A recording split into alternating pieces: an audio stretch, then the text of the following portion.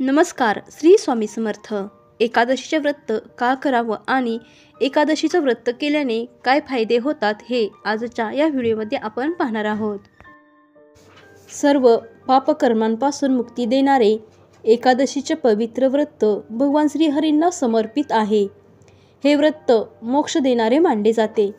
एकादशी तिथीला भगवान श्रीहरींना विष्णूचे रूप मानले जाते.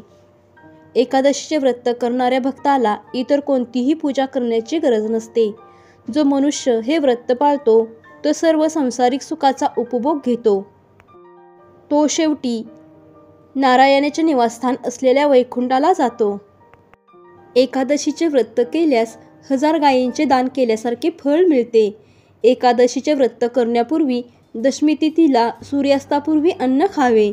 एकादशी दिवशी सकाळी उठून स्नान करून स्वच्छ व सात्विक रंगाचे कपडे परिधान करावेत. मनात उपवासाचे व्रत घ्या.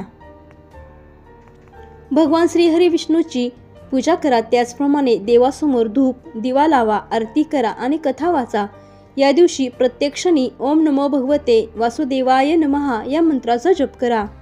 या दिवशी घरामध्ये विष्णू सहस्त्रनामाचे पठण करणे अत्यंत शुभ मानले जाते. एकादशीच्या रात्री जागरण व हरिकीर्तन करावे. द्वादशीला सकाळी पूजा करून ब्राह्मणांना अन्नदान करून दान व दक्षिणा देऊन निरोप द्यावा. त्यानंतर स्वतःचे अन्न खा आणि उपवास समाप्त करा.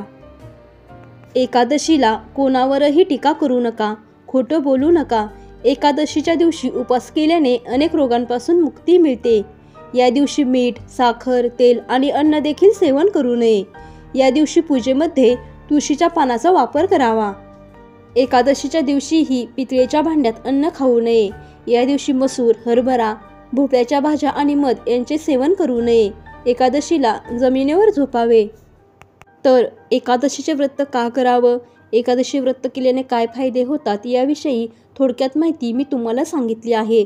तुम्हाला ही संपूर्ण माहिती आवडली असेल तर व्हिडिओला एक लाईक नक्की करा आणि कमेंटमध्ये ओम नमो भगवते वासुदेवाय नमः लिहायला विसरू नका. व्हिडिओला लाईक करा, शेअर करा आणि चॅनेलला सबस्क्राईब करा. धन्यवाद.